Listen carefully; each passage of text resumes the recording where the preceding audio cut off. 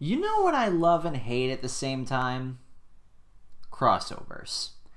It all begins with the classic what would happen if X met Y, or if X and Y teamed up to meet Z, or if X and Y had this really awesome orgy sex bang fest with like Z, A, B, and 1 through 10 or whatever. You know, these crossovers are built on fantasy and imagination, and we've seen series like Death Battle from Screw Attack to Superpower Beatdown from That in the Sun explore crossovers as geeks have been waiting to see for ages. And I've been around for quite a long time, and I have seen my fair share of good and not so good.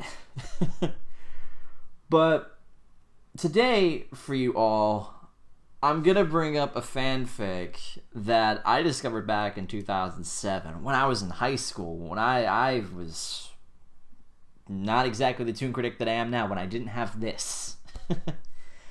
It's a fanfic that whenever someone brings up terrible crossovers, I am really quick to bring up this cluttered mess.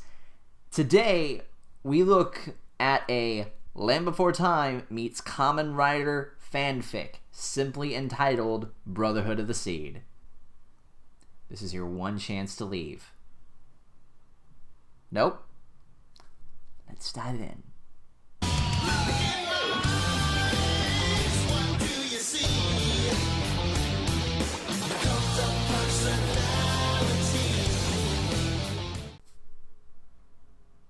Yeah, you guys heard me right.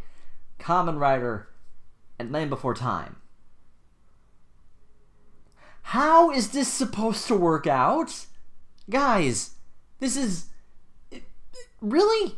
I mean, what's next? Muppets meet Big Bad Beetleborgs? Or are we gonna get Sesame Street meets VR Troopers?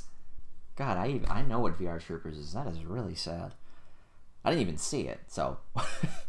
Look, the concept of Kamen Rider meets Land Before Time, or Muppets meet Big Bad Beetleborgs, I can't even say that, I don't know. It's silly. So how exactly do you put dinosaurs and bug Power Rangers together? They are dinosaurs from a movie series that preaches friendship, life lessons, and family values for kids and parents alike. Not anything involving Power Rangers, or big Zords, or big robots, or people blowing up in explosions, or anything like that. Now, if this was a cute little one-shot story, I'd totally forgive it. It's fine. But no. This story has 20 chapters and over 92,000 words. Guys, you're not Lord of the Rings. This is Bug Power Rangers meets freaking dinosaurs. Is this how the dinosaurs die? Are we gonna get some Transformers thrown in here? Is this how the Dinobots got created? Maybe.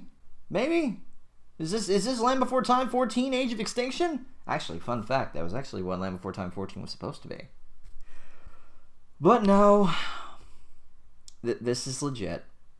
So I'm gonna do the best that I can to try and recount what happened. And if I bore you guys, I'm sorry, but at least you'll have all this to look at. Okay. So this story takes place after Land Before Time 10, the Great Long Neck Migration. Yeah, they actually got to 10. That's surprising. No, actually, they got up to 13 and then dead. Thank God. With us now knowing that Littlefoot has a dad voiced by the dude from 24, Kiefer Sutherland, and he has his adopted brother... What was his name again? Oh yeah, Shorty McDouchey. Right. So... yeah, Shorty McDouchey is also a Power Ranger. Oh, wait. Oh, I'm sorry. I can't call Kamen Riders Power Rangers because I'm going to have a bunch of Kamen Rider fans on me. And that's not going to be pleasant. So for the sake of the story, they're called Riders. Okay. Yeah, still Power Ranger. Anyway, they try to explain how all this happened. The author did. He tries to explain in this really long wall of text. But I'll paraphrase it for you guys. So, okay. There are these two planets, Paxaria, which is good, and MW537, Robot Land, which is bad. This dude named Professor Mochizuki created this new AI system and these combat suits to protect Paxaria from robots. But Mochizuki was betrayed when his planet's military wanted to use the suits to destroy the robot planet, and his AI became self-aware and wanted to steal the suits for himself to become an all-powerful neo-organism. And this neo-organism thing has become so strong, he was able to create his own vessel named Doras. So Mochizuki piloted his ship towards a meteor storm and ejected the data disk containing the suit's information into said storm. And guess where that storm was going to? No, actually, you go ahead, take a guess. I'll give you like 5 seconds. There. No, actually, you know what? You don't get any guesses. It's Earth. It is always Earth. Everything. Earth just has this big sign that says, guess what? Alien invaders, come on in. We got plenty of room. We're like a big old motel that has room for everybody. In reality, we don't. So it's really, really cluttered, and it's been overdone so many times. Earth is just getting used like crazy. But I guess it kind of works. I guess it kind of fits, maybe. So the neo-organism sends Doras down to try and find the data disk, and guess who gets their hands on these data disks and become power riders. This is good. Okay, so Shorty gets it. Okay, that's to be expected. They make him all angry and pissed off and I'm brooding. Okay. Littlefoot, that's also to be expected. He's the Red Ranger. He's gonna get everything. Yeah, he's the Red Ranger. Forgive me if I withhold my enthusiasm. Yeah, I gotta wrap my head around that. The Rule 63 version of Littlefoot. What's her face? Allie from that one movie about the mist and the flower and really stupid subplot. I don't remember. And Sarah. Well, I guess I could see Sarah. That makes sense. I mean, she's practically a dude anyway, so. Yeah, and it gets even more complicated, which, by the way, if you haven't been following at this point, spoilers inbound. But since you're probably not going to read this story, I'm doing you all a favor. I remember it, so you don't have to. Did I really just say that? Whatever. Okay, so this story gets even more complicated when these machine generals named Logia, Lucia, Radia, and Balkis, they show up to try and find the disc. And there's also Takumi and Mihara, who are these two Paxarian scientists who come to help out Littlefoot and the others against invading forces and all this other stuff. Oh, by the way, you're going to love this. Remember those rainbow faces from Stone of Cold Fire? 4x7? Anyone? Maybe? Okay, maybe me. Yeah, those are Paxarians. Really? We're going to try and explain the unexplained in this story. The beyond, the mysterious beyond is space. Okay, this makes Ninja Sex Party's song about dinosaurs in space totally makes sense now. But it seems a little off, but the way they explain it kind of makes sense, so. And then all this other stuff happens. Mihara dies and Ducky becomes a rider. What? Ducky becomes a Power Ranger. What? Let that sink in for a second. Ducky becomes a Power Ranger. Okay. Whatever you want to do, story. Go ahead. See if I care. I'm still reading. This weird Kusaka guy, whatever his name is, Kusaka or Kayaksa or whatever, shows up and kills Grandma Longneck. Yeah, they kill some characters. Oh boy. Kind of pointlessly. Speaking of pointless, 3 other riders show up that I don't even remember about. There's fight scene after fight scene after fight scene. And then the big reveal. Oh, get ready for this. You might want to sit down for this. Lugia is Littlefoot's brother. What? How? Oh, of course they give an explanation. They dedicate a whole chapter to it. Of course they do. So Littlefoot had a brother he never knew about. Logia was once a baby Longneck in the same nest as Littlefoot, and Lucia rescued him from egg thieves and took him back to the ship. And it's because of Logia that Littlefoot and Sarah were able to escape the Sharptooth in the first movie. Okay. Proceed. So then Logia sees Littlefoot's mom and recognizes her and is like, oh my god, that's my mom. Really? Okay. And he tries to get her attention, but she knocks him away on accident off a cliff to his death. And then Lucia, realizing Logia is dying, gives him the Darth Vader treatment and gives him a robotic body. They graft a robotic body onto him. And Logia remembers everything after fighting Littlefoot a few times and wants Littlefoot to suffer because Logia is a little brat. But then it turns out that Littlefoot's mom, Alia, that's her name, is alive because something about Littlefoot's mom's DNA being used to recreate something, and then the machine empires are beaten and everybody's defeated and the good prevails overall and everything's happy and then there's a sequel. But I'm not here to talk about the sequel. So how many of you are still here? 10 minutes in to this video and you guys are still here. That's good. So now what exactly do I think of this story? That's gonna be another 10 minutes probably. Let's start with the bad first. Okay. So with the bad, with 20 chapters, you'd think there's a lot of potential to expand on the story and keep things going. It could focus on being sort of like, a TV season. It could go with an episodic style, making the story seem like a regular TV series season. That's what it felt like to me. My problem, though, is that the story seems to struggle with pacing. There's really no end in sight when you hit the halfway point, and it makes you wonder how exactly they can stretch this out. I've seen movies like Dark Knight and Amazing Spider-Man 2. Excuse me. I've seen them go for just as long, if not longer. And even Fallout Equestria has gone longer than this, and that knows how to control its pacing. But if you're sitting here for nearly 3 hours and it's just like, what year is it? Holy crap, and all this other stuff, you've got a problem. The main reason I believe the story struggles with the pacing comes from the fact that there are so many characters that the story has to juggle at once. There's a few characters I felt were thrown in that shouldn't have been put in. Slick, Rock, Ozzy, Stu, Spike, Radia.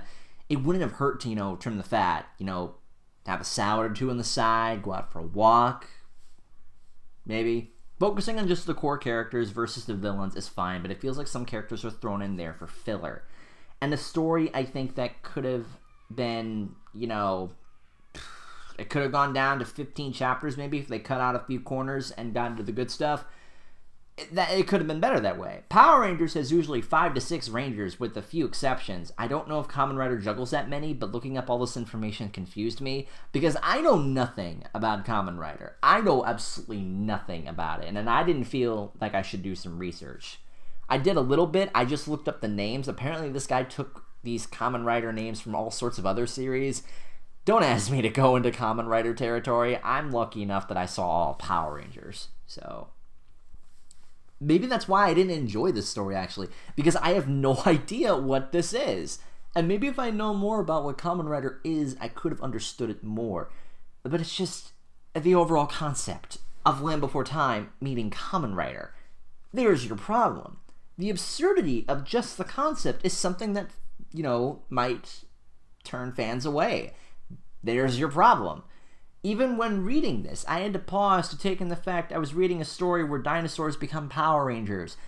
That's worked before, but not exactly like this. Like, you know what I'm talking about. Like, the original Mighty Morphin Power Rangers had dinosaur roots, Dino Thunder, and Dino Charge now, or is it Kyuruger, or whatever. They've worked well with dinosaurs as the theme, but not actually dinosaurs becoming Power Rangers.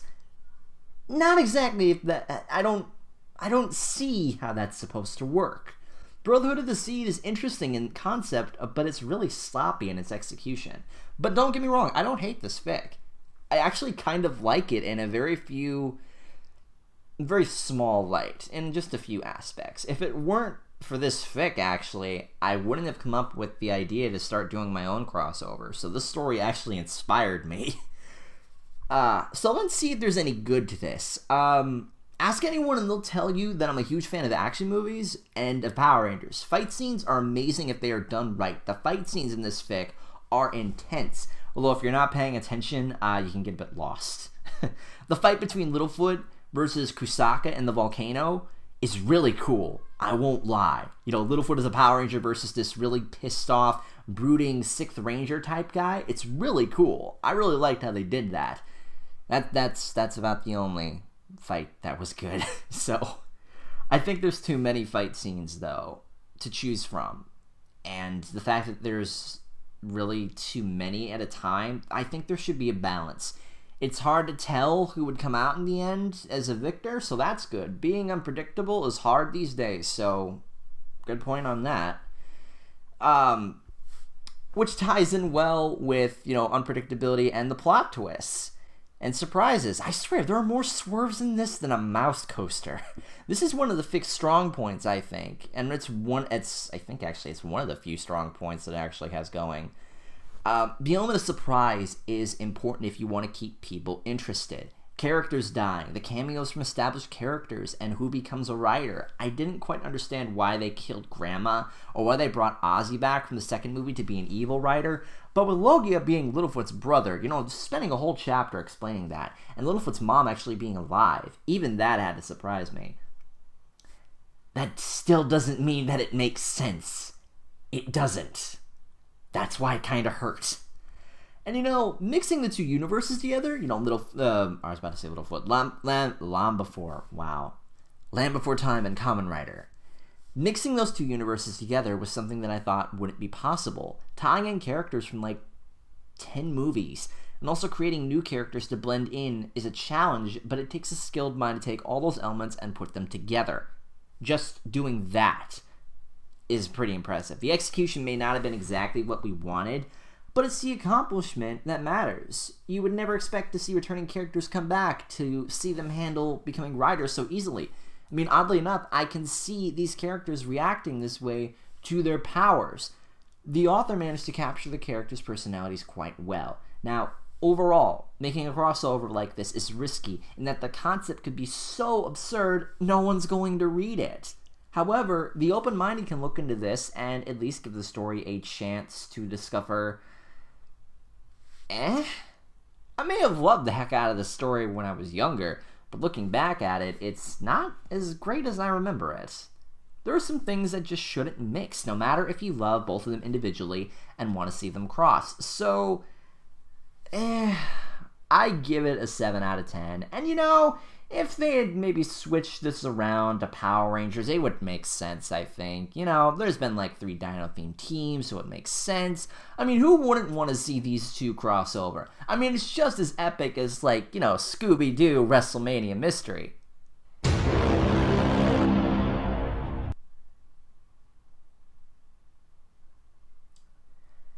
Cam, I thought I told you to stay out of my scripts.